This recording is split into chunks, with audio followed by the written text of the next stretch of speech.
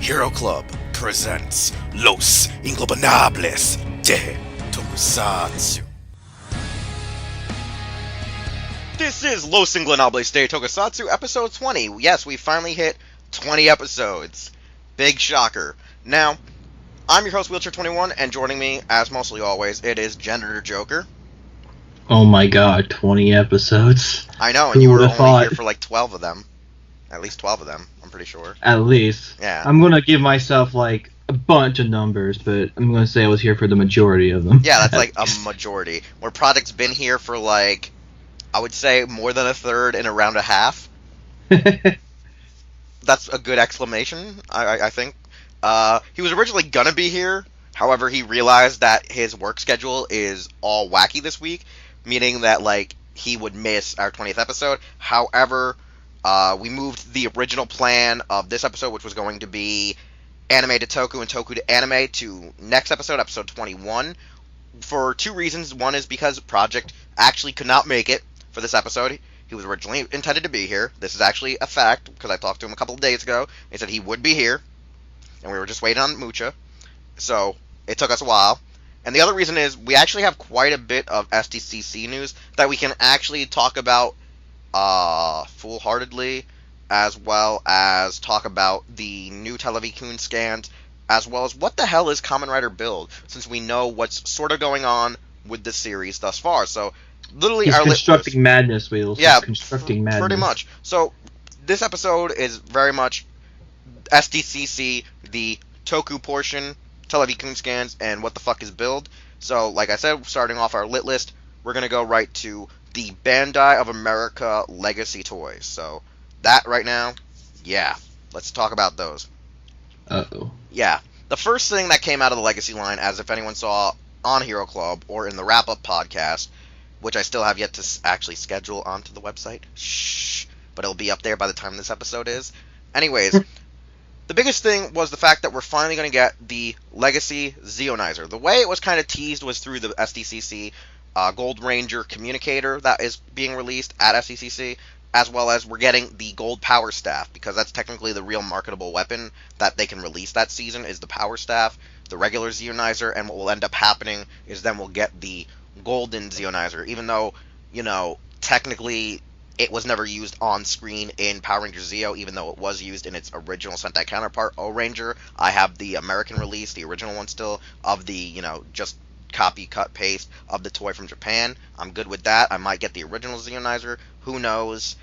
And then we also got a whole reveal of the SDCC, or not the SDCC, but we also got a huge reveal of the upcoming Legacy lines. We know Zeo is up next. Like, they're going to hit us hard with Zeo. They're going to hit us hard with Dino Thunder. And finally, we're going to get the Psycho Rangers. We're going to get all 5 Psycho Rangers, as well as a Silver Ranger from space, which was rumored to not originally be happening, but now we are.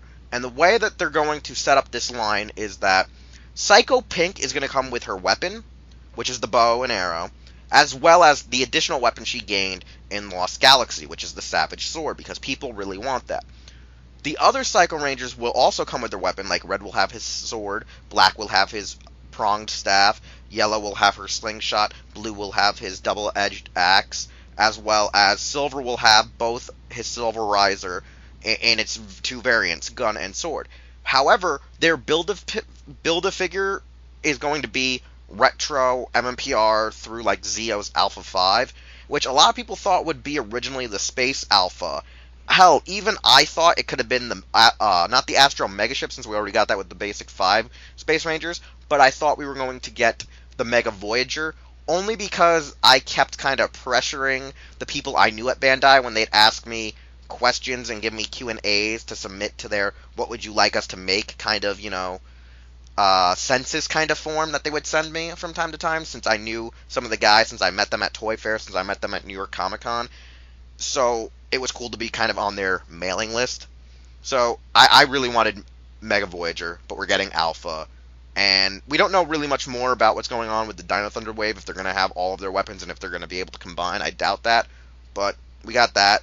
And the other big news for the Legacy line is we're going to have articulated, posable Legacy Megazords, almost similar to how the Playmates did the new Legendary Defender Voltron. However, unlike Legendary Defender Voltron, it's not going to have the ability to combine because they feel like it will hurt the accuracy of each of the individual Zords. As one can see in the Soul of Chogokin, accuracy is sort of there and sort of not there at the same time. So what they wanted to do was make these $20 to $30 giant Megazords that are probably going to be like 7 inches tall, and give them the best representation we have ever seen thus far. As well as the Imaginext line is making more little miniature monster figures, which rumored to be is either that Bandai is making their own miniature figures to ride in their Zords, or they're actually working with Imaginext to make it compatible to work with their miniature figures to ride in the cockpits of the Zords. It's very confusing right now what's actually going on because of the images of the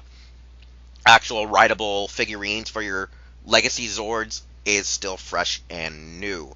But that's all we practically have for what's going on with the Legacy toys. So, Mucha, what's your thoughts on, Psycho Rangers, the Legacy figures, the Zeos merchandise, as well as our articulated mechas?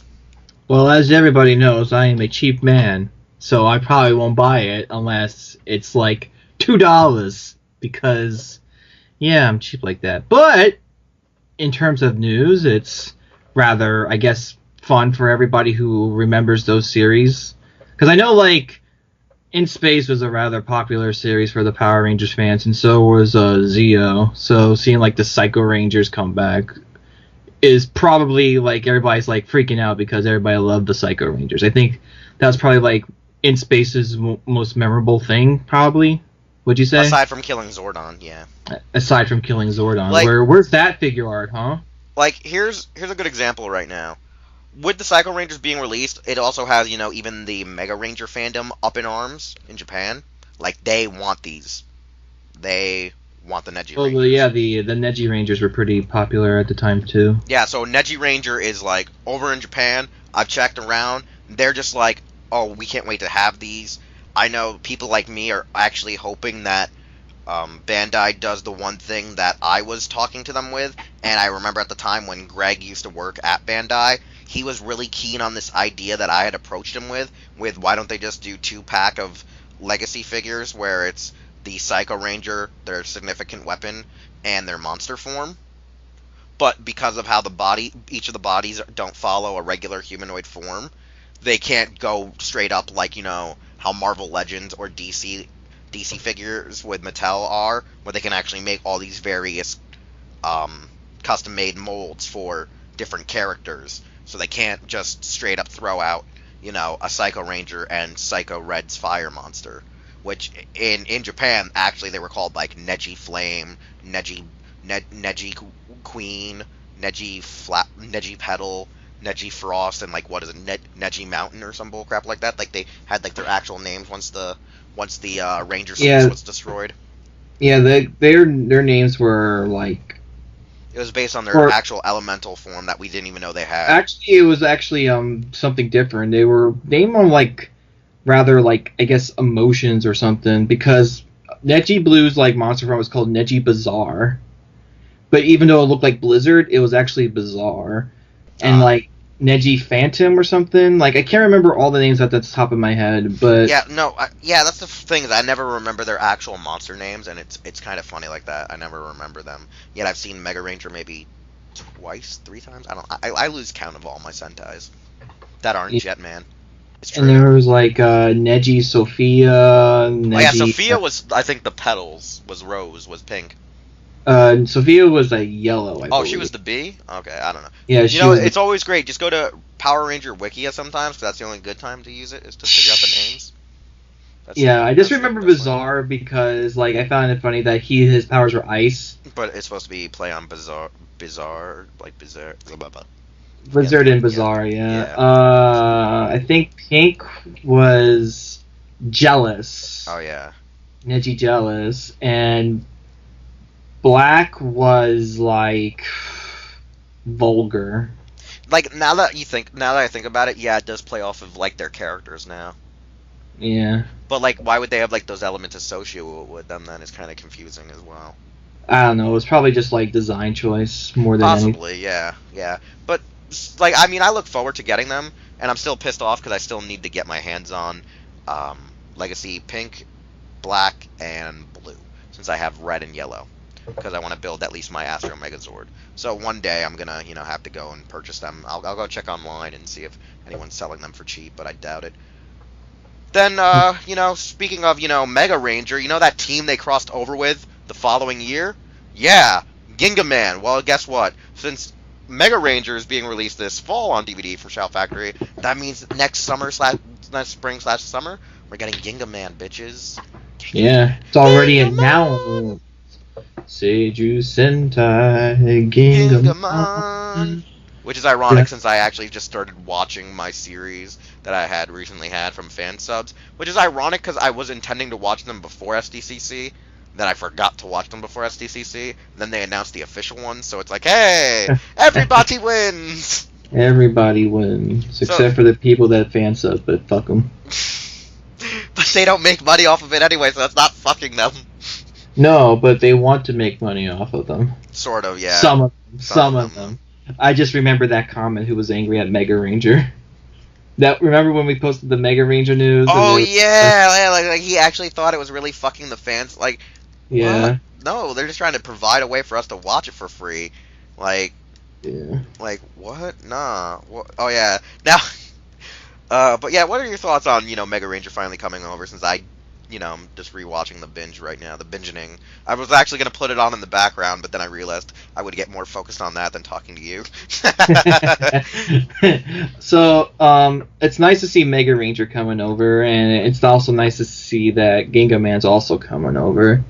And they're the last two Sentais that Takatera worked on before he worked on Kuga finally, and then Hibiki.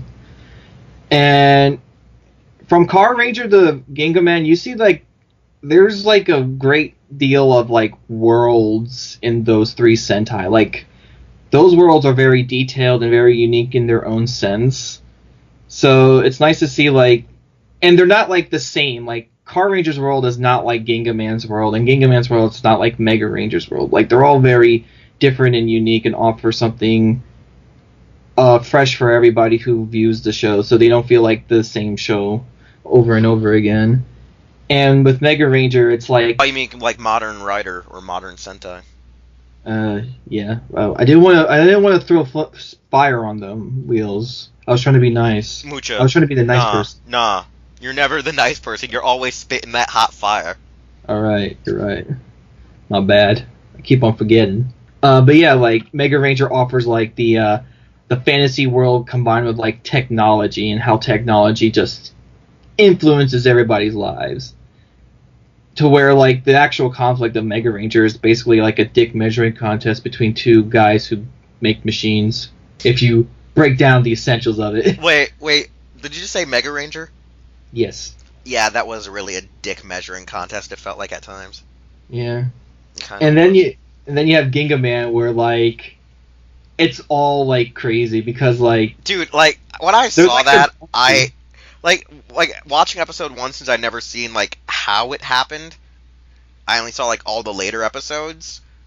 Oh man, I was kind of groaning, and I almost fell asleep during the first part because I was like, oh, I'm gonna put on Ginga Man and then hopefully finish the first 2 episodes and fall asleep on it. That was my plan. Was I'll watch the first 2 episodes, I'll start dozing off in the third one, and I'll just come back to it later. But no, I'm watching the first one, and it does. Oh hey, we're gonna do the sword summoning kind of shit, and I was like, this is so stupid. There's a trial to get your sword after you've already been chosen to get the sword in the first goddamn place. I was like, wait, what? Oh, that's because it's ancient times. They go for it's a ritual. I know, it was very weird, and a part of me still doesn't really like yellow. I see. I don't know why I don't like yellow in this series. Ginga Man's a very Japanese show. It's very Japanese and very nature-like. That's why it was very ritual and very tribe-oriented, because they were you fulfilled the task, now you can fully become the Ginga Man at this time. Wait, you want to hear something funny? You want to know who's a character I like in later incarnations, but in this first episode where we get to meet him and he's all shy and a bitch? It's Goki. Goki, I always seen him in later episodes and in other, when he has returned in the Super Sentai Versus, and I think he's appeared in one other occasion, I think maybe in Goseiger. He's never this really like shy bitch. But in the first episode, he's like, "Hey, I don't know. What are we doing?" It's like the fuck. When did you become Wild Force Black? Like what? Oh, that was so weird. The Gingaman, in a sense, are still growing as well when the series begins. So it's not like they already like are fully established to what they do and what they are. Like it really depends on like the actors and how they portrayed them. So like the actors kind of made like the characters what they are as well, not just the writing. Yeah. Okay. Here's a question. So it's like them trying to get used to like their roles. Okay. Here's a question, and I don't think this is really spoiler, and well, this is more spoiler to me, since like I said, the episodes I saw of Ginga Man was like episode 37 and on, and it was half raw, half subbed. But this is a weird thing that I got this weird vibe, at least in early, like the first episode and a few other episodes later on, was the pink boning Bull Black. I wouldn't say she was like boning. Like was she into him? I think she was like attracted to him, but yeah, was she attracted to his older brother? Like that's what I was wondering, because I was sitting there like, yeah, because like there's like all these, because like there's always these times where, like I see her actually like clinging on him like a girl would, like when they're attracted to you. Like she'll just come up and like try to hug him and put her face up on his chin and head, and I'm like, what the fuck is going on? I'm like, am I reading in between the lines? Like, am I just making a ship to make a ship? You could be, Wheelz. Maybe you're going crazy. I don't know. I've hung out with you, as I've said on Facebook in my recent status. Guys, I didn't know I had feelings anymore after hanging out with you. Yeah, you can't blame me for all that. No, I know. You've only just became a full part of the inner circle, like almost like 24/7, only like in the last 3 months. Only in like the last 3 months, 4 months. Yeah, like it's not like a major thing because it's only like hinted at. It's never really like explored. Yeah, I think it's not. Like but don't forget, like a lot of the '90s stuff made ships but never explored them. They're like, hey guys, we just set up a relationship, but never went back to finish it. We put a little dot on the line, but never finished the signature on the whole shipping. But no, like here's the thing with Ginga Man. This is a weird thing, but I loved the suits as a kid. I loved the mechas as a kid. But there was one thing that you'll find funny about it. At first, I did sort of like hate the suits because I thought there was a lot of white in the suit. Like I was like, what the hell is with all this like white in the chest? Not realizing there was several Sentais before that where suits had a lot of white built into like their core design. Like what is it? I think Bioman, Die Ranger. So like it was really hard to take in at first, but I loved the designs anyway, so it was easier to accept it. Like the whole weird zigzag. So like, oh man, that looks like an easy shirt that you could own as a kid. Like you could see the mass produced, which I think they actually did at one time make shirts like that. Because I remember having a T-shirt like that. I remember having a child's raincoat that matched the Power Rangers in space, like actual jackets they wore. So like it was easy to market. I felt like back then when they actually had clothing merchandise. The cool thing is also like the Bottom Pirates are like ruthless mofos. Like they don't give a shit. Like as soon as like they wake up, they start wrecking shit in like Japan. Dude, like the best part is as soon as they wake up, one of the commanders who was Vilamax in America just starts shooting up the entire house. And I love Sambosh. He's like my favorite. He's like the me of like the pirates. He really is. Like I am not gonna lie, I do prefer Vilamax a lot more than him. Because Vilamax you really have to watch more Sambosh. He will. No. Sambosh is great. But, like, Vilamax is my dude. Like, I cried when he died. So, like, like, the Bull Black, right? Yeah. Like, Bull Black. Like, how really? He's, like, a cool, epic, like, fighter. Like, the Damn cool... right. Like, he's so badass. So, you have to remind you, though, like, spoiler alert, Sambosh is the one who beats him. Wait, what? Sambosh is the one who beats him in combat! Wait... Yes. Wait. When you're watching Ginga Man like the second time and you realize that Sambosh is the one who beat Bull Black, you're like, what the fuck did Sambosh do? Wait. Sambosh is the one who stuck him in the crater? Yes. Whoa. Here's the thing. Since I came into the series later, he wasn't around. Yeah, he was dead. Oh my god. And so like the entire time since the ninja dude I think was still alive, I'm like, man, for this guy having like having him fucked up Bull Black still be alive, holy shit. And I'm like, wait a second, like, oh, I did not know that difference that well. Like, I knew significant differences. Like, you know, Sam Bosch is, like, the main villain who gets killed off first. I knew, like, certain other generals stayed around. And I knew, like, how, like, actual, like, occurrences happen, like, with Titanosaurus, or I forget what he's called, Titaniax or whatever. Yeah, Titaniax, yeah. And the Grunshore monster, what is it called? The Earth Eater? Yeah, the Earth Beast. Yeah, like I knew all of that shit, and, like, how Bull Black got his second weapon that just magically appeared in Lost Galaxy. But I did not know he was the one who fucked him up. Yeah, like Bull Black, like the actual Bull Black before Hyuga got his powers, and got beat by Sam Bosch, and like Sam Bosch like goes out in a blaze of glory because the lights of Ginga weren't in the thing that he thought they were in, so he just like commits like a kamikaze because he knows if he goes back to Zahab he'll die, so it doesn't really matter what happens. Like, when he loses like, faith in his life, that he's just like, I don't give a shit. Faith in humanity, gone. Oh, man, that's just too fucking funny, because, like, they built up that fucking, the ninja as, like, the real deal, man. They really... yeah, Budo? Yeah, they built up Budo as the one who put him in the hole, if I recall. Budo was also pretty cool. Like, the cool thing about, like, the Battleborn Pirates is, like... They're all different weird aspects. Yeah, they're all, like, unique, but they're also all, like, kind of backstabbers. Like, yeah. That's, like, when you realize, like, when Zahab's like, okay, so the first time we lost, it's all because all of us couldn't get together. We're not dealing with this shit. So one at a time, all you generals are going to do one thing, because I don't want to put up with this shit again. Like, they kind of remind me of, like, the bullshit that goes on with, like, 80s, early 90s, like, very, like, actually, no, it's not even really early 90s, because, like, I feel like, no, still technically early 90s, like, because, like, Jetman and before that, it's like, all of those generals are like, ha ha ha, I hope he fails, ha ha ha, I hope you fail. Yeah, like, it's the contest. Yeah, like, it's like, even, like, Elias, like, fucked over, like, Budo. Like, the funny thing is, Budo actually won. Like, he got the lights of Ginga, and he could have resurrected Titanics, but then Elias fucked him over. Yeah. And so it's just like, these guys are just assholes to each other. They're the direct definition of, like, pirates and, like, out for themselves. And it's weird too, because, like, this is a fun fact I'm going to tell people. When I was watching, like, a lot of the Sentais, even if it wasn't finished sub yet, a lot of the stuff that takes place, like, after Kaku Ranger and O Ranger, for me at times was hard to watch the first sitting through. Like everything from Car Ranger to Go-Go 5, like, I had sometimes trouble watching the show. Not just because it wasn't subbed, but because, like, there was just certain styles and, like, vast changes in cinematography going on in the 90s, and, like, who was directing, that it was, like, always so different that you didn't feel like you had, like, a constant going.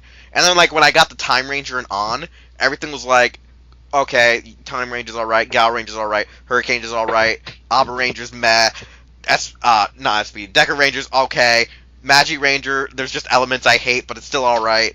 Then you get Bo Kendra, which was bomb-ass shit. Yeah, Geki Ranger, which had some bomb-ass fights, but was 50-50. Yeah, Go Under and Shinkendra, and then, like, everything kind of started getting all wishy-washy after that. It was like, what are you doing? It's weird, because I will actually, like, defend some aspects of the infamous Goseiger. Oh no, I will defend everything that happens as soon as the Mantrix show up and onwards. And, like, the first arc. But then, like, the Yumaju arc is kind of where, like, I kind of want to, like, kill myself. But it's weird because, like, the Yumaju are, like, actually more effective villains than what Sentai's has been given us lately, which is sad. True, that is actually a true thing. Like, they actually defeat, Blade Run. Like, they know he's, like, going to they're going to betray, he's going to betray them, and so they're like, no, we're going to get you first. Which is funny, because they were both idiots in their own right. The Blob The guy. Blob and King Kong? Yeah, the Blob and King Kong. But anyway, yeah, I'm excited for Ginga Man. I love Ginga Man. I love I love, like, I loved all the 90s Toku, but, like, at the same time, I try to tell people at times when I watch 90s Toku that isn't Jetman, Time Ranger, and Die Ranger, a lot of those seasons, in a sense, to me, are kind of like a blur. Not because they're not good or anything, or not outstanding. To me, it's like they're all just, like, kind of equal in their own effing way, even if people want to shit on O-Ranger. It's like, to me, it's like there's nothing wrong to me. Like for some reason, like, the 90s Sentai, it's just, like, I think it's because also the weird nostalgia of the Toku aspects that make me, like, just be like, oh, you're all alright. You're all okay. You get a pass, you get a pass, you get a pass, you get a pass, you get a pass. Everyone passes. Then you get to like anything from like Hurricaneger to now, and it's like flip a coin, flip a coin, flip a coin, flip a coin, flip a coin. So anyway, I'm the Sam Bosch of the group. I defeated Bull Black, but yet I can kamikaze. You would do it though. I know I would. I was like, fuck it, I don't give a shit. Like I know for a fact Projekt's the Budo of our group. He's honorable. He's that guy for a fact. He's completely that.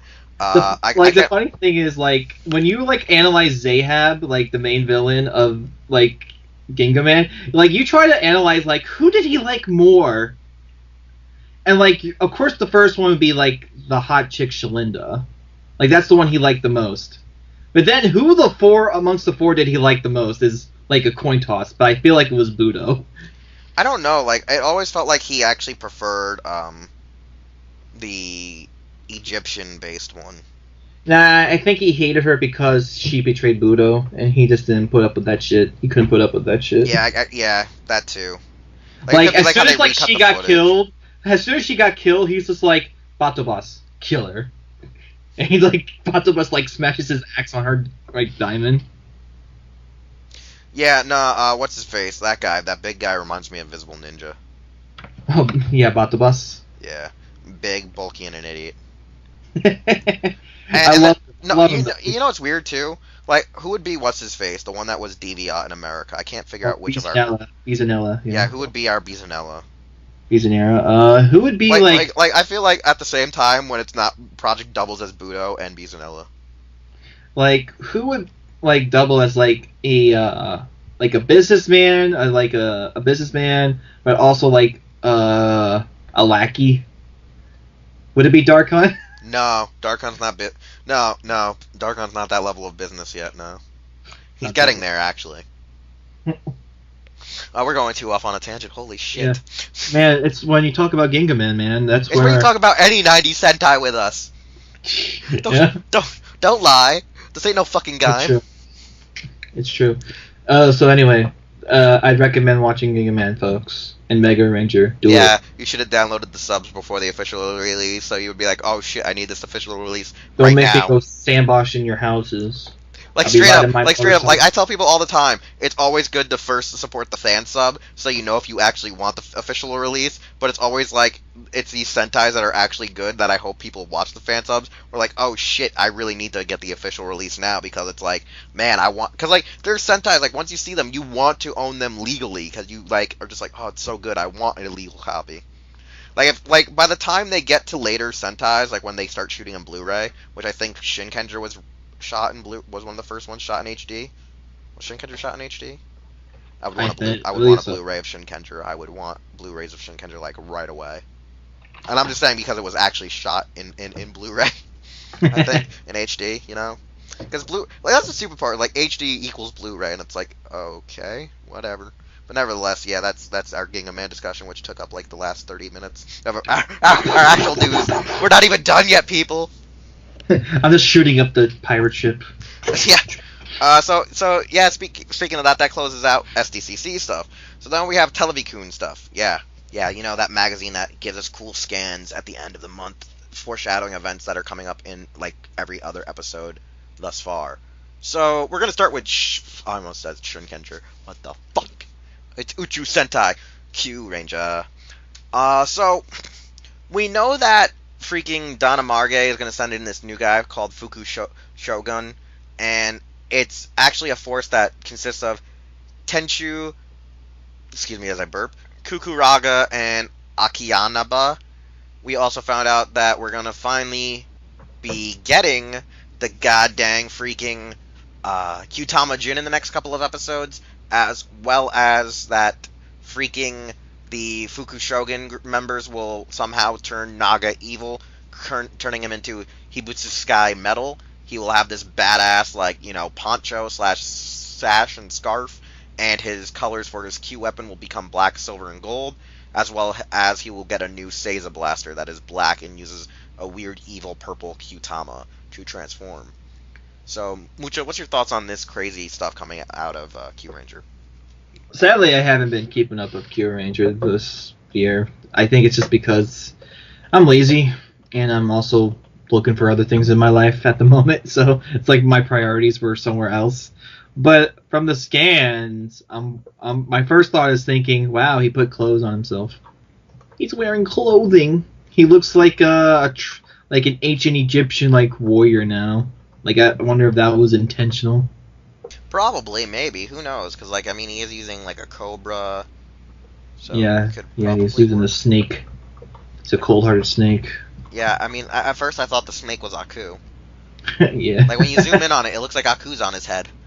Ah, ha, ha, ha, ha. Extra thick. So, like, when I saw this, I thought it was kind of cool. Like, we're actually going to get, like, a Kaijin force, kind of similar, like, what they're called, like, the Fingers of Poison or whatever. In, the 5 fists. Yeah, like, I feel like we're getting, like, it's always cool when you get a group of either, like, villainous Sentai, like, looking guys, or actual villainous, you know, Kaijins showing up, even though I think most of the suits for these guys are all, like, reuses of previously seen characters, like, just retooled and remolded. But overall, I'm really looking forward to it, as well as, like, the Q-Tamajin, I know people are pissed at, but, like, it looks like a nice combination, even though it is a little weird just by connecting the Q-Tamas together with Shishi Voyager and the, God, I can't remember what it's already called, the Gigante Ho-Oh. Like, the fact that they're combining it together just looks like really awesome stuff, you know what I'm saying? It is a little weird and ridiculous, but I enjoy it.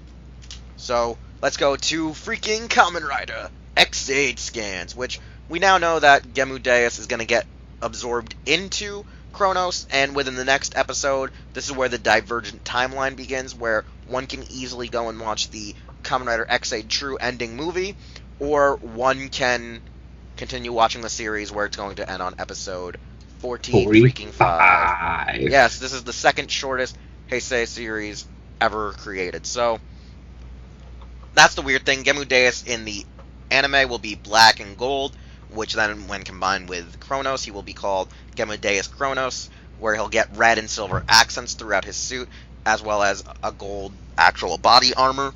And it's already revealed that Build will actually intervene either in the final episode or as well as the movie, and interact with X8 and the team, inadvertently fighting with them due to, you know, misunderstandings and Rivers. Oh no, not Rivers. Also, the funniest thing is, when Gemu Deus appears in the movie, his final form is Gemu Deus Machina, which, you know, is kind of expected.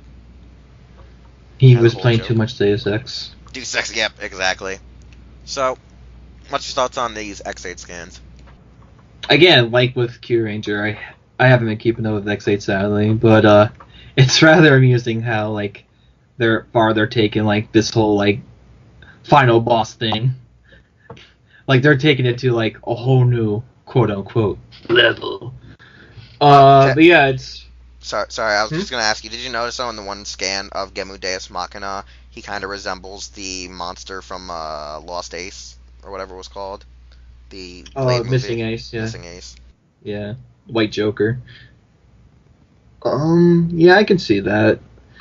I'm just curious, like, where it's all gonna go. Like, are they gonna keep, like, those Bugsters alive? Because, like, Dan's a pretty bad guy.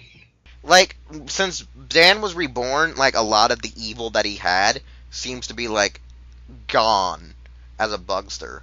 And Parard, like, turned into a good guy because, like, he kind of witnessed, like, oh shit, I kind of need Emu to live or some bullshit, and realizes he needs that. Without Emu, he doesn't live or some bullcrap like that. So, like, was it really, like, okay, we're gonna talk spoilers here. So, like, was it really a troll that, like, he died, but he didn't really die? Because I remember, like, everybody on Twitter, like, saying, like, he died, like, he drowned or something. Who drowned? Pollard, or Paradox, whatever. Paradox isn't dead, supposedly, like, he's still alive. Okay. Like, he's still alive. He's fighting with Emu now, like, saving the world and shit. You know, playing two on two, you know, co-op. Because I know everybody made a gif of, like, them doing the bro fist. Yeah, and then there's the other one where it's him playing a guitar and doing Baby Don Don, kind of crazy shit. Like, there's a lot of crazy stuff going on right now. Like, I mean, so, like, X8 is something that I think you would enjoy watching. So, like, we're going to bring up X8 again, like in a few minutes with Build, because spoilers. Some people from Build, people from Build are working on X8. I mean, some people from X8 are working on Build. Yeah, and that's how we're closing out our show. Is what the fuck is Build? Yeah, so I'm wondering like how it's all gonna like end, because like is Kronos gonna be like the final villain, and then like in the movie it's gonna be Deus Ex Machina? Pretty much, like Gemu Deus in his true form, which is supposed to be like this red and black form, and then that weird giant monster thing we see on the left hand side of the like photo. He's supposed to be the movie villain, where it's supposed to be that like right in this recent episode and this episode are supposed to explain the divergent timeline. Is that in the thing where I guess Kronos used like his time changing abilities to try to fuck shit up in his favor? It actually was stopped, I guess, and led into this movie. Like the movie's gonna open up where I guess events from these episodes didn't happen, and they stopped him. So basically, he to use a JoJo term, because I'll bring up JoJo next episode, he used bites the dust. Pretty much. The best way to explain it is he does that because, from what I understand, is they're gonna learn from the mistakes of Ryuki not having a solid explanation on how they got to episode final, where this time they're actually like supposedly going to have like at least some kind of little jump to explain where the two exist in, supposedly. Is that an event's going to happen in this movie, or this episode, and most likely be a part of the opening to the movie, where it explains how we get from here to movie, and how we get to here to episode 45. At least it doesn't rely on you having to watch a movie to see the true ending. Yeah, which, honestly, like that's the way that I want a series to end one day, but because of us being international fans, we would be very pissed off. Like I would riot in the streets. Yeah, like I would love to see a series that actually finishes its story in a true film. Like I don't want it to leave on I don't want the movie to really leave like the final episode to leave on a super cliffhanger unless they make it the actual summer film, because I don't want them to ever do like how they fucked us with Decade with the actual final film and then rewrote the final film entirely to not be about Decade and insert double in, because that's the thing that makes it stupid. Like if you were to say episode 45, then you have to go see the summer movie when it comes out this month, because of technically, well, not this month but August, makes sense. It would. It honestly would. You know what I'm saying? Because like, oh hey, this Sunday, because movies come out in Japan Fridays, like they do technically over here, like Thursday, Friday. So say the movie airs, like say the episode airs that Sunday, that following Friday is when the movie premieres. If they could time it out like that, I would be like, go right the freak ahead, because that sounds wonderful. Even though I'm not going to see it for like 6 months, I would still be somewhat okay with it. You know what I'm saying? Yeah, I get you. But yeah, no, so far with these scans, they're pretty cool. And I forgot, I almost pulled a Visible Ninja and completely forgot about the final Televikun scan for that series that isn't owned by Toei. I don't know what you're talking about. Subaraya, Godfather of Toku. Oh, right. Yeah. Alright. Ultraman. Right. Shin Godzilla. No, get the... No. We did this pre-show. We can take it after show, but we're not doing it during show. We are not bringing up those guys again. No. So yeah, no. Don't worry, Wheelz. I'll make it end it for this episode, and I'll switch it out. No. We can do that next episode. It'll be more fitting. So, the final scan is for Ultraman Guido and Gido, or whatever the hell you want to call it, and we finally get to see... yeah, we get to finally see Ultraman Zero Beyond, which uses 2 special Ultra Capsules. Originally, we all thought it was going to use 4 Ultra Capsules, because it uses the combined abilities of freaking Ginga. It uses X, Orb, and Victory to assume this form. However, there's going to be 2 capsules. One is like a Ginga Victory capsule. One is an X Orb capsule. You put them into your Geed knuckle. You load it on the Geed scanner equipped with the Ultra Zero Eye Neo. You scan it, and you get your freaking new Zero form. Now, the cool thing about this is he looks like a goddamn like celestial entity now, like his crown and stuff. Like he has like 4 sluggers like on his head, 3 cool like crazy eye jewels on his forehead. and he has like these weird shoulder armors. And the one thing I don't like is a lot of his purple accents. Like he has like this weird silverish teal bodysuit and like indigo purple accents all over his body, and it doesn't really stand out, and it looks really faded. And I wish it was like a darker purple or a darker silver. It just looks so weird. Like it would look better if his Beyond suit was like a base, like a nice white pearlescent like white body with like, you know, dark purple stripes or something to make it look like he's supposed to be like light speed for Beyond, you know, like he's going past his limits. But it's really weird, and supposedly he's gonna get this form while assisting Geed while fighting a new Galactatron. So that's interesting. The creature we just saw debut in Orb is coming back. Coming back. Yeah. So what's your thoughts on this weird new version of Zero? Since you at least are acquainted with what Zero does. It looks very silvery. It looks alright. I don't think I hate it. Maybe I'm kind of less always used to like the majority, like the more majority of like the solid colors, not like the blue or the red, being like the main, and then the silvers just kind of like spread throughout, like distributed like evenly. But this actually looks pretty fine. I was tempted to make a joke saying like when Terry McGinnis takes a hold of the Ultraman Zero ring, he gets a hold of the Ultra Zero Eye, he becomes Ultraman Zero Beyond. Like you just hear that music play. Yes. Yeah, I could see that happening. I could also see this as a way to try to get back at Miles Morales too, since he'll never go beyond. Yeah, he'll never go beyond being a mention in Homecoming. In Homecoming, and only be mentioned as I got a nephew I got to take care of, man. I got a nephew who probably gets shut up in the projects. Yeah, but I like this form. I like the fact that like he has like all the sluggers dancing around him in one of his attacks. He's like Slugger Ray, die. Yeah, it's not. It doesn't look too bad. I'm interested to see where this goes. Yeah, I know. I'm expecting it to go outrageously crazy.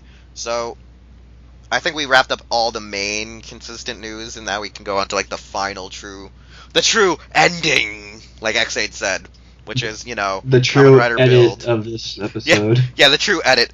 Build. What are you? So Mucha, you got like the news article, which Darkon found earlier today. But oh god. Yeah. What's your thoughts on that? All right, so. Before we talk about like the staff involved, let's talk about I guess the synopsis of like what's going into Build.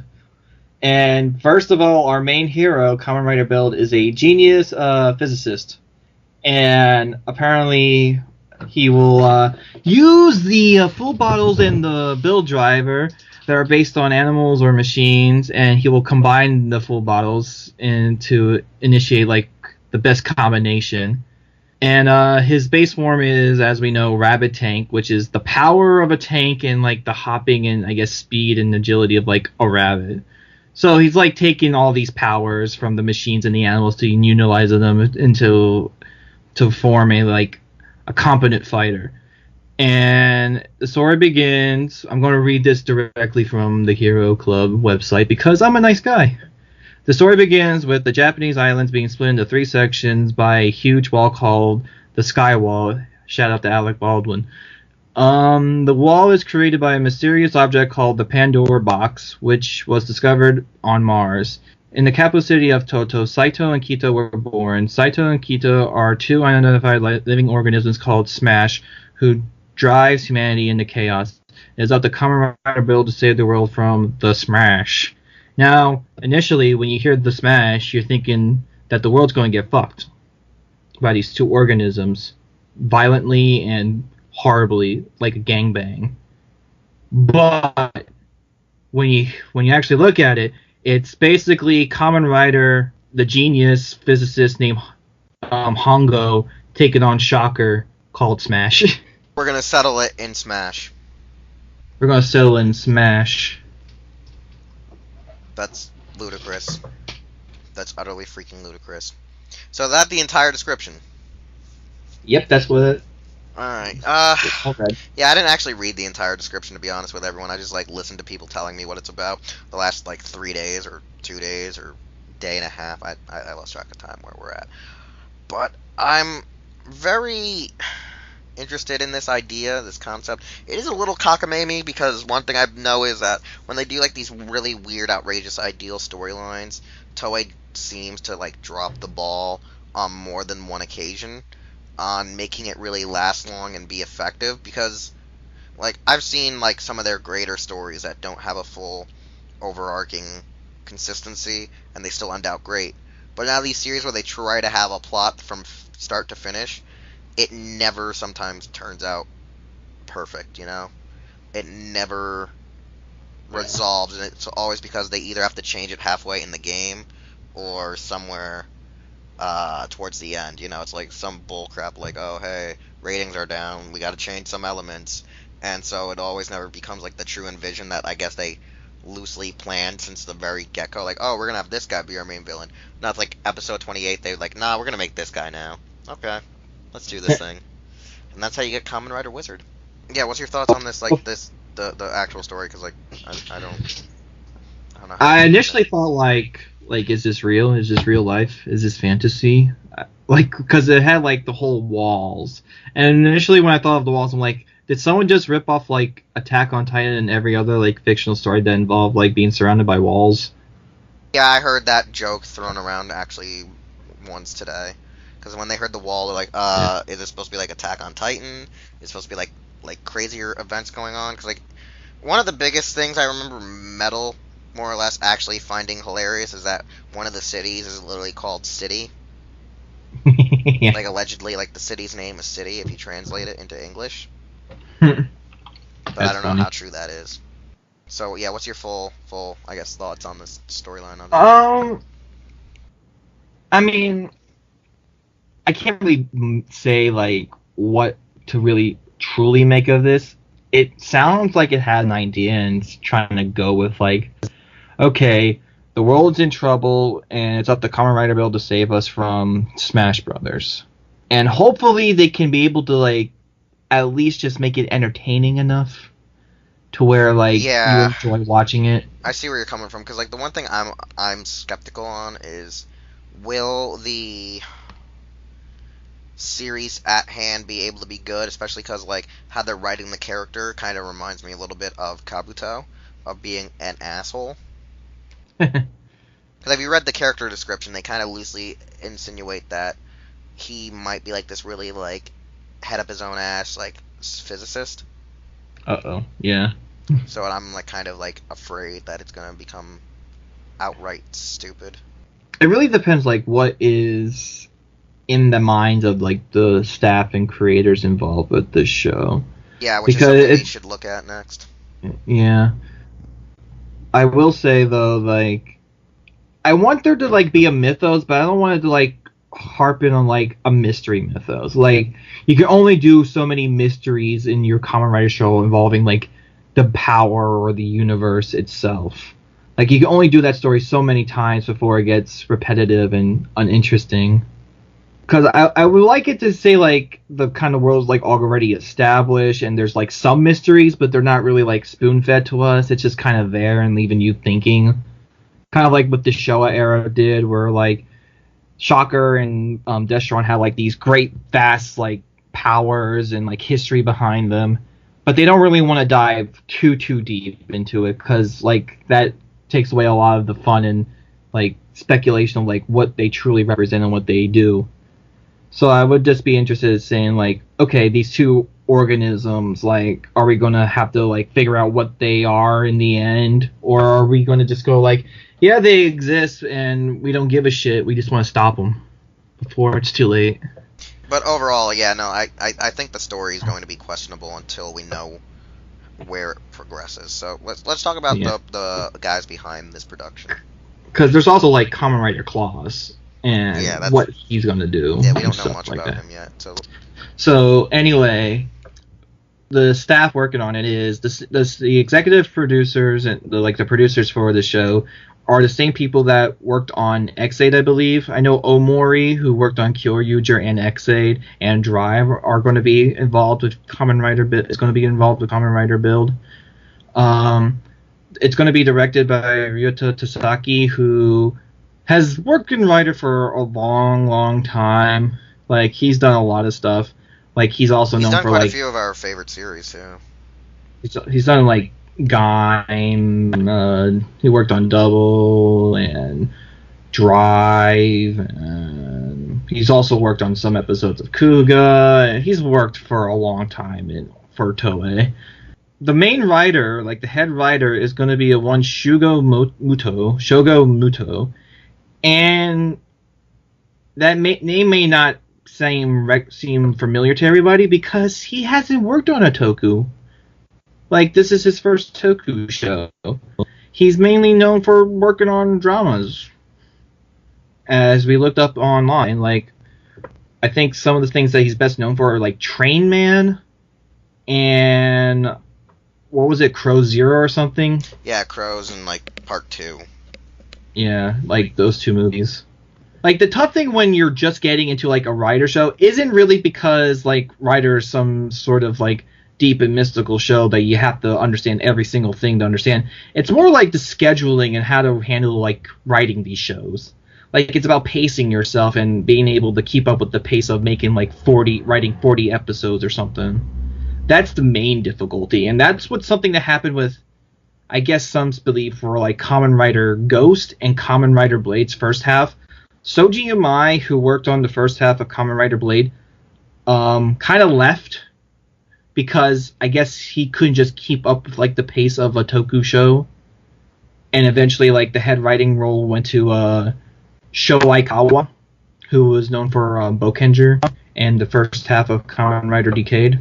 So it's going to be interesting to see if Shogo can keep up with the demands of working on a toku show, because it's going to take a lot of work. Like, it's not a simple, like, drama task or a simple movie task. This is going to be a lot of work and commitment, and hopefully he's up for the task. Yeah, like, you need to know how, like, working on that. Like, with an action show like that, several rewrites do occur with Toei. Like, they are never, like, doing like, the same thing. Like, they like doing the same thing twice, but sometimes they're like, yeah, you need to go back and rewrite the script. You need to change this. Oh, yeah. Viewers are loving this character in your series. Make him look cool. Like, what? Yeah, that's what happened with Ankh and O's. Also, of just a note, Kenji Kawai is also going to work on the music for the show, who is also currently working on Ultraman Geed, and he also worked on Ultraman Nexus, Akiba Ranger, and Ghost in the Shell. So that should be interesting to hear, at least. At least the music might sound good. Right now, like, I'm out on the jury when it comes to the music, because, like, Geed-wise, I wasn't too happy with it, whereas, like, I haven't been too happy with it just yet, whereas, like, you know, Nexus, I've seen it, and I enjoyed Nexus, so I'm very indifferent. So I think it'll come out just alright, until, like, we see, like, the real action, you know, hit the fan. Yeah. So I got some comments by Shogo Muto and Ryota Tasaki, if you're interested in hearing them. Hells yeah. Alright, so this is about going into Kamen Rider Build, and I'm going to read Tasaki's first. The Kamen Rider with an all-time high IQ will take on a film built on a large scale. Can he return the world that is broken into 3 back into 1? Is it right to bring it back the way it was? I directed many Heisei Rider shows, however, Build will have no prohibition in the new ways of development. It's true that Kamen Rider Build is the 19th in the series, but that doesn't mean it's one part of 19. Kamen Rider Build possesses only one type of fun, and it's a big step towards the new Sunday mornings. Okay, so I see that they're also going to try to gear the shows now to be different too, to fit their time slot as well. Yeah. So if they're really going to go all out and really start changing, and, you know, instead of waiting till the 20th to start changing how the shows are, this might be a real good thing, because it's not that I hate all the Heisei riders that they do get stagnant. Like, I enjoy some, I like some. Like, to me, there's some series that a lot of people hate where I'm like, I'm just okay with it. And there's some that people like where I'm just like, it's alright. So, since Decade to now, I really, like, actually, no, Kiva to now, or Deno to now, it's like around that area, everything started getting harder to view. In a sense where, like, I can either keep with it, but it has to, like, really, really hook me. Because, for example, the riders that have really been able to keep me hooked weekly are not the ones that a lot of fans got brought into by. Like, say, Kiva. That one didn't hook me immediately. Decade hooked me immediately, which is shocking. Double didn't hook me immediately. O's didn't hook me immediately, but I liked O's. Forza came next? Yeah, Forza came next, and it actually hooked me, even though it's not that great. Wizard didn't immediately hook me. Gon came next, and it actually immediately hooked me. And then we had Drive, which immediately hooked me. Ghost, only the gimmick hooked me. The show turned me off. And then we got X8, and I was shocked at how well it hooked me, because after coming off that boat ride that was Ghost, I literally thought I should just go blow my brains out. Oh no. So, I was glad as hell. So, looking at Build, I'm hoping that even though it's sort of patterned and aesthetically based on, like, Double, that, you know, the gimmick goes well with the show. Like, I'm really hoping. But, yeah.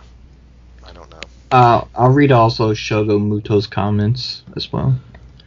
He said, I told myself I watched it because my son did. While we both watched the show on Sunday mornings, I cursed myself for not really experiencing the Heisei Riders so far. I was intoxicated by how cool yet tough the first phase of Riders were, and was excited about the second phase of Riders that sought fun and amusement. Then once I realized it, I became an old man who loved to chat about Heisei Riders. On the 19th work, I accept the weight of Kamen Rider history while signifying its high esteem. I will cultivate all the know-how I have and aim to create a series that inspires both children and adults. This guy might have just saved it just by what he said.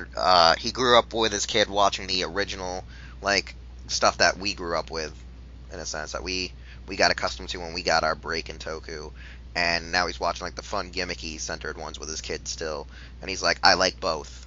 If you can find something that you like in both eras, and you can use it as a basis, I believe that you can go far, especially if he's a drama writer. Like, hopefully he doesn't, like, screw up and leave the show, because if he can write a series that makes Bandai happy, as well as Toei happy, we might finally have, like, a good writer series, like, that everyone will like again, you know, like, because all these series are very divisive right now. Like, my favorite shows are being deemed some of the worst, and everyone else's, like, favorite ones are my worst, like, in a sense. It's going to be interesting. It's going to be a nice, I guess, experiment to see what happens, especially with the time slot change. And as people were speculating, because of the time slot change, they felt like, okay, Rider might take some more chances with itself, because as of late it's been very safe with itself, afraid to really go really beyond, like, just the initial, like, ideas they really set forth on their shows. Like, they're not really going to put, like, actual lives in danger or put, like, intense villains on the screen. Like, it's really going to be, they're really just kind of focused on selling the toys, and that's about it. So it's going to be interesting to see, like, without these, like, if they really are not going to have, like, these restrictions that they felt were weighing them down from really creating a good show. Some shows were able to get away with it. Like, I know you don't care about Double, but I really love Double, and I enjoy Forza. And hopefully we can get something like that. I don't think we're going to get something like a Kugo or an Agito, because those shows are really something different. Like, they're really, like, kind of product of their time. I want a show that can at least tell somewhat of a story, not in the depth of darkness that Agito or Kuga did, but I want a show that can tell a story like that, but still try to be worked around, like, the gimmick and the Bandai happy sell toys kind of thing. Like, if you can find a way to do both, I would like that, which I felt Gaim started off like that, but then it kind of got really, really crazy. I feel like Double, like, in a sense, like, the biggest issue I had really with Double was the theme they used should have been taken a lot more seriously than they treated it. Like, I feel like the detective thing wasn't treated as well as they should have. I feel like this series is gonna do something different. What's that type of different? I don't know. I just hope that it's the different we needed. Because for me, Gaiman Drive brought that sense of difference that I needed to enjoy stuff. Wizard had that sense of difference, but then they just kept to the same formula for every episode, and it just got tiring. They never thought, hey, maybe we need to add something to it. Which is also one of the reasons why, like, at times people hate Forze, was like they were just shows that kind of felt, when watching older tokus, they felt like older tokus where everything was just like rinse, dry, repeat, add new monster of the week, add new like in-show struggle, and then just carry on your story. Whereas, you know, other stories that we know of, the Heisei, whatever the hell you want to say, is like everything, in a sense, over arcs. Everything kind of adds to the story, definitely adds to the story. And so I feel like series like that doesn't help the more, as we've joked about in earlier episodes, the more, you know, overarching character, story-driven, you know, fans, you know? Because you and me, we watch shows where sometimes the series isn't overarching. Sometimes it's rinse, dry, repeat until you hit episode 24 to 30. Then it's rinse, dry, repeat again until you hit episode 40 to 48, you know? Yeah. So I think it's just the difference in the generations. And when it deals with generations in Toku, internationally, it's very different. Because if you live in Japan, the generation is almost like the same of every 5 to 7 years, where in North American fans, it's like every 3 to 7 years. Like, the gap becomes very apparently different, like how it treats, you know, your Toku fans treat it. Because you can have some people come in, like, on Double and kind of be good, like, be able to go back and enjoy it, and then you'll have some people that come in maybe around Forze to Wizard or Gaim and be like, I can't go back and watch any of the older stuff, except for, like, the past 3 or 5 years, you know? So, like, there's always a different type of Toku fan being born within your own fandom that is very, very obnoxious and weird. That's the best way I can put it for you. That's my general consensus, I guess. I don't know what's the best way to say it.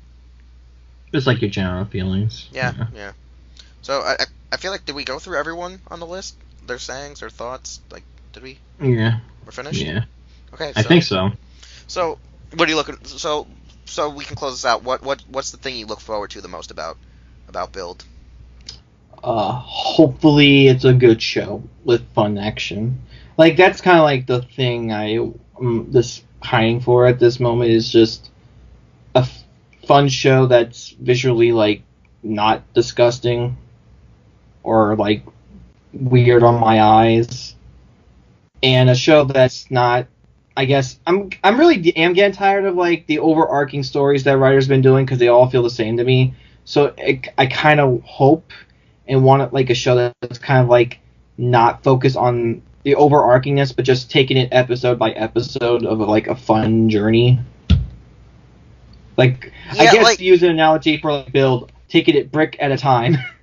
Yeah, like, here's the thing for me, is, like, I like when overarching can still permit the ability to be, like, have episodes that don't tie together, in a sense, where, like, certain elements, in a sense, still roll over from, like, the story of, like, what's going on. Because, like, when I watch Kuga, it is overarching, but at the same time, it feels like certain episodes don't tie directly. Like, the presidents of the issue of the Grongi tie into, like, how bad you have to stop them, but it's not like after you kill this one Grongi, the next Grongi immediately appears. Only in a few episodes it's like that, where, like, for, like, maybe 5 or 6 episodes, it actually is straight overarching.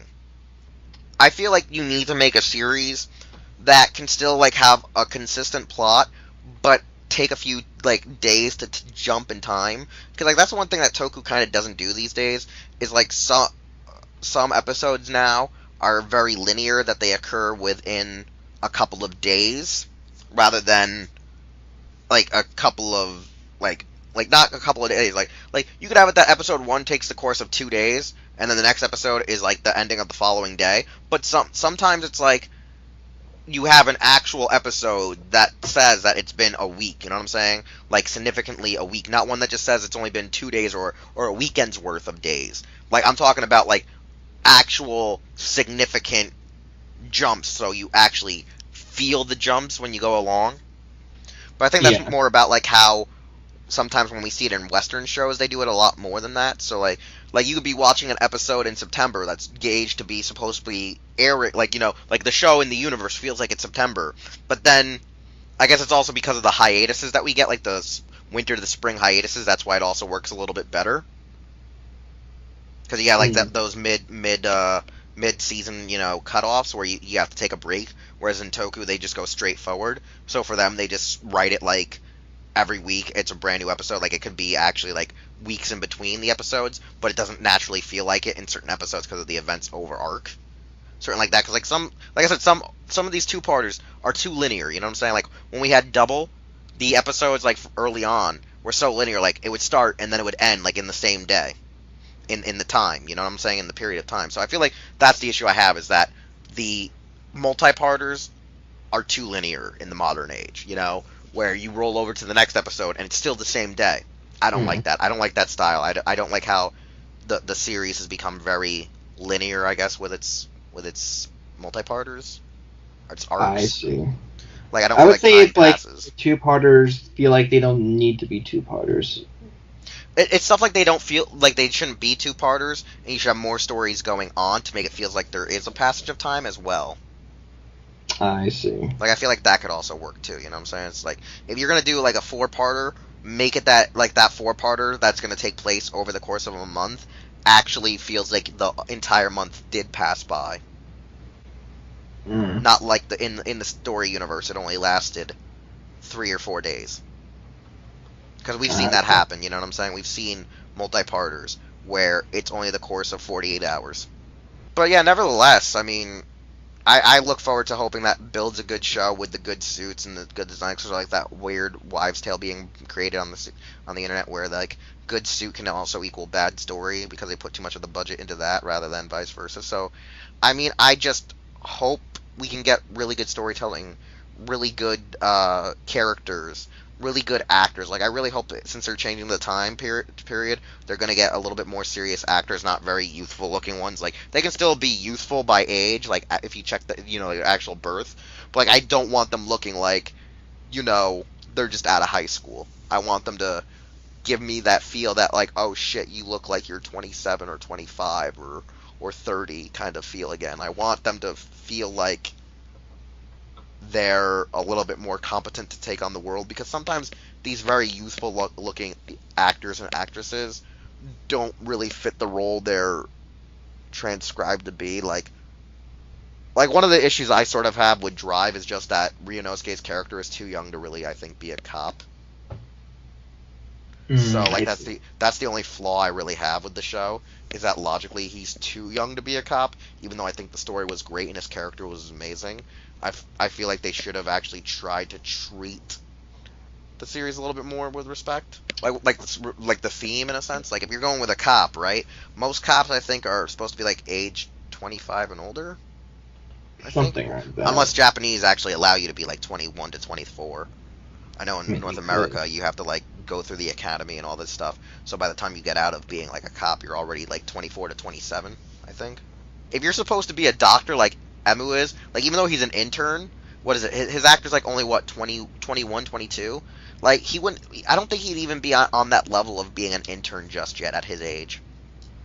No offense. Like, Hero as well. That's biology yet. Yeah, like, even Hero... It's like, there's no logical way you could be, like, this highly skilled doctor. Like if you're gonna do it, make your actors at least equate to what your theme is supposed to be, to add in that sense of realism if you want to be taken, like, super seriously. I think that's because they're doing it towards kids. They're like, oh, we have to have, like, these youthful young teens. And if we want to keep the mothers watching with these kids, we have to make them hot-looking young men. Thanks, Show. Odagiri. But alright, I realize we have to somehow turn this hour 20 minutes into, like, an hour 8 now, so I mean, there's a lot to take out. I mean, there's a lot I can take out, I know there is. It's called, what is it, shit. the Ginga Man discussion. That Ginga Man discussion is probably going to be, like, ripped to shit. Yeah, there's going to be a lot taken out. So alright. But still, I am the Sam Bosch.